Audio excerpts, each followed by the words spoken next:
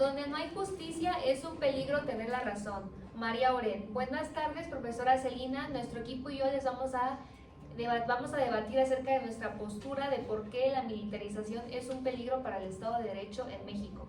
Los integrantes del equipo somos yo, su servidora Fernanda Reyes, Camacho Pérez Itzel, García Cepeda, Patsy Naomi, Lara López y Stephanie Fernanda, Garrido Sanabria, Diana Lice, Zamorano Castro, Ángel Enrique.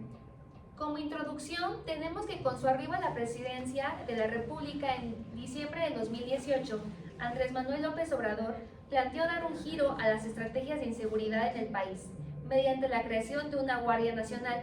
Este gobierno ha otorgado cada vez más funciones civiles y presupuesto a las instituciones militares, sobre todo a la Sedena, las Fuerzas Armadas, que no solo están desplegadas y tienen un papel protagónico en tareas migratorias, en fronteras, se encargan de puertos y aduanas, construyen y administran grandes proyectos de infraestructura, entre otros. ¿Cuál es el papel de los militares en este gobierno?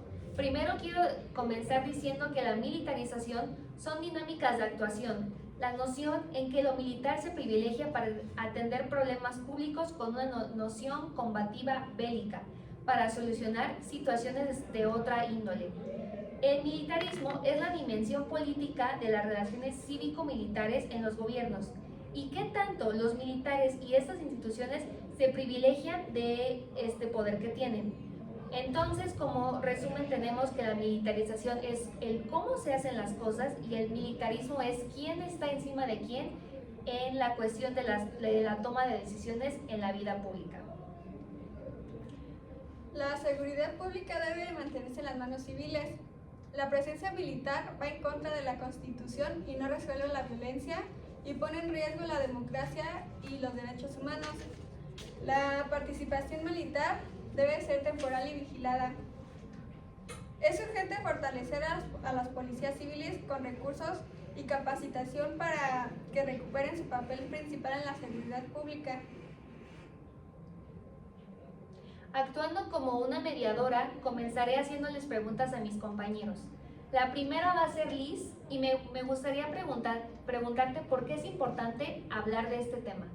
Yo creo que es importante porque así en el país evitamos un golpe de Estado al reducir la influencia de los militares en la política o en la seguridad pública para fortalecer las instituciones democráticas, igual de seguridad civil, y promover la estabilidad y seguridad para la protección de derechos humanos, creando un entorno en el que el golpe de Estado sea menos probable y menos aceptable. Si se evita la militarización, el Estado podrá quedar sin fuerza para enfrentar el crimen organizado. Desde el 2006, el Ejército ha sido quien más apoyo y brinda en seguridad, porque muchas policías civiles no tienen la preparación profesional. Por esa razón se pensó que la participación militar es necesaria para mantener el orden y proteger la seguridad civil. Bajo este contexto, Ángel, yo te quisiera preguntar cómo impacta la militarización de la seguridad pública en nuestro país. Pues bueno, a través de la incorporación al inicio frecuente, empezando desde 2006 para acá, hasta la permanencia de la intervención de las Fuerzas Armadas en funciones tradicionalmente civiles, que es del 2018 para acá, ya constitucionalmente, pues las fuerzas públicas ya están tomando el orden público, total. Hay que entender que la seguridad y la legalidad van de la mano, hablando de este rubro. La seguridad como reducción de riesgos y protección de bienes y personas, y la legalidad como el actuar de los servidores públicos, en este caso las fuerzas exteriores, Fuerza Armada, el actuar sobre el marco jurídico constitucional y respetando siempre los derechos humanos. El conflicto de esto en realidad surge cuando las medidas de seguridad se aplican fuera de procedimientos civiles o vulneran garantías individuales, en realidad. Retomando lo que tú comentaste, Liz, ¿podrías explicarnos qué es un golpe de Estado? El golpe de Estado es un acto ilegal y repentino en el que un grupo de personas militares o con poder político derrocan al gobierno legítimo del país y retoman el control del poder político. En el artículo 129 nos menciona y establece que en tiempos de paz las Fuerzas Armadas no pueden ocupar funciones civiles, excepto en casos de suspensión de garantías o intervención federal. Teniendo esto en consideración, ¿tú por qué crees, Ilse, que la militarización atenta al Estado de Derecho? Vamos a empezar definiendo qué es el Estado de Derecho. El Estado de Derecho es el principio fundamental de la democracia que establece que tanto las personas como instituciones y autoridades deben de estar regidas por la ley y que pues nada va sobre la ley, ni siquiera el gobierno. Contestando a la pregunta del por qué la militarización atenta contra el Estado de Derecho, tenemos que porque esta traslada funciones que corresponden a autoridades civiles a instituciones militares, lo que corrompe los principios de legalidad, control civil y respeto de los derechos humanos. ¿Cómo tenemos que vulnerar la legalidad? En el artículo 129, como antes lo mencionó mi compañera, tenemos que establece que en tiempos de paz ninguna autoridad militar puede ejercer funciones que no estén relacionadas con la disciplina militar. Rompe el control civil sobre las Fuerzas Armadas, ya que en una democracia el poder militar debe estar subordinado al poder civil, y aumenta el riesgo de violaciones a los derechos humanos. Los militares están formados para la guerra, no para la convivencia civil ni para la protección de los derechos. Y como punto central que tenemos que es mantener el carácter civil del Estado, evitando que las Fuerzas Armadas asuman funciones de seguridad pública que les correspondan a los policías. Todo esto para prevenir violaciones a los derechos humanos, fortalecer las autoridades civiles y garantizar la transparencia de un país en el cual todos los miembros de una sociedad se consideran igualmente sujetos a códigos y procesos legales divulgados públicamente. Bueno, yo creo que tienes mucha razón, ya que desde el 2003 todos los gobiernos han continuado profundizando y ahora inclusive se busca constitucionalizar la militarización. Para mí es paradójico que 3 gobiernos que insisten en ser democráticos recurren a fórmulas de gobiernos autocráticos ahora más que nunca. En mi opinión, vamos en contracorriente, en dirección contraria a lo que deberíamos de hacer, que es profesionalizar a la policía y sacar a los militares de la calle. Bueno, continuando con este contexto, le quiero preguntar a mi compañera Fer, ¿qué argumentarías conforme a la pirámide de Paul Graham acerca de este tema? Bueno, tenemos que en el nivel 3 no es correcto que los militares asuman funciones civiles, ya que pues su formación está orientada al combate y la disciplina jerárquica, no a la protección y respeto de los derechos civiles y humanos, como debe hacerlo una autoridad civil.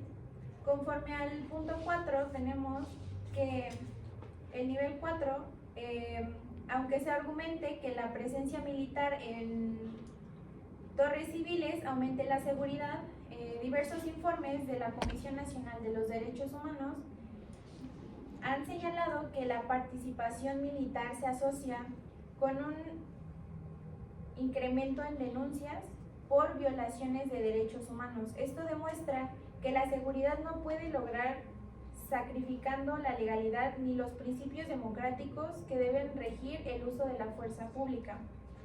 En el nivel 5 tenemos que quienes defienden la militarización argumentan que las instituciones civiles son ineficientes o corruptas, pero ese argumento confunde la causa con la solución, porque el problema no se resuelve sustituyendo a las autoridades civiles, sino fortaleciendo su capacidad y mecanismos de rendición de cuentas. La militarización no elimina la corrupción, solo la traslada a otra institución, sin resolver el fondo del problema. En el nivel 6, el argumento central a favor de la militarización es que los militares garantizan orden y seguridad, ¿ok? Sin embargo, esta premisa es falsa. Si se analiza desde el marco constitucional, el artículo 129 de la Constitución Política de los Estados Unidos Mexicanos establece que en tiempo de paz ninguna autoridad militar puede ejercer más funciones que las que tengan conexión con la disciplina militar. Por tanto, colocar a las Fuerzas Armadas en terrenos de seguridad pública no solo rompe con el principio de subordinación del poder civil, sino que debilita el Estado de Derecho, la seguridad sin legalidad, no es seguridad pública. Bueno, continuando con lo requerido por la profesora, les vamos a presentar también la antítesis de nuestro tema con mi compañera Naomi. Ante la inseguridad y la debilidad policial, el apoyo militar es necesario. Su disciplina y confianza social permiten enfrentar de inmediato la violencia que las corporaciones civiles no pueden controlar. Bueno, ahora como manera de cierre y recabando la información expuesta, vamos a escuchar la conclusión que tiene mi compañero Ángel.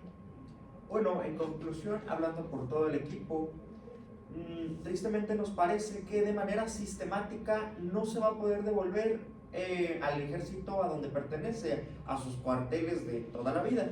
El poder que tienen y la manera que lo están armando a nivel constitucional y legislativo, en este caso, ya con los 3 poderes, va a ser una tarea un poco horrenda para alguien que verdaderamente le interese armonizar las labores de seguridad pública. Bueno, en ese sentido, a nadie ha como que razonado, le ha caído el 20, ya que invertir en normas, en, no sé, regularizar esto, no genera tanto interés, tanto voto y tanta controversia como lo es otras situaciones, ¿no? Y bueno, capacitar en policías tampoco genera un buen discurso de seguridad de manera inmediata. Tal vez de manera local, tal vez dure poquito el encanto, vaya, pero no se va a armar como uno busca, ¿no? Bueno. Bueno, eso fue todo de nuestra parte. Esperemos que se haya visto un poquito la presentación que hicimos como material de apoyo en la parte de atrás. Y hasta aquí, muchas gracias. Muchas gracias. Hasta luego, profe.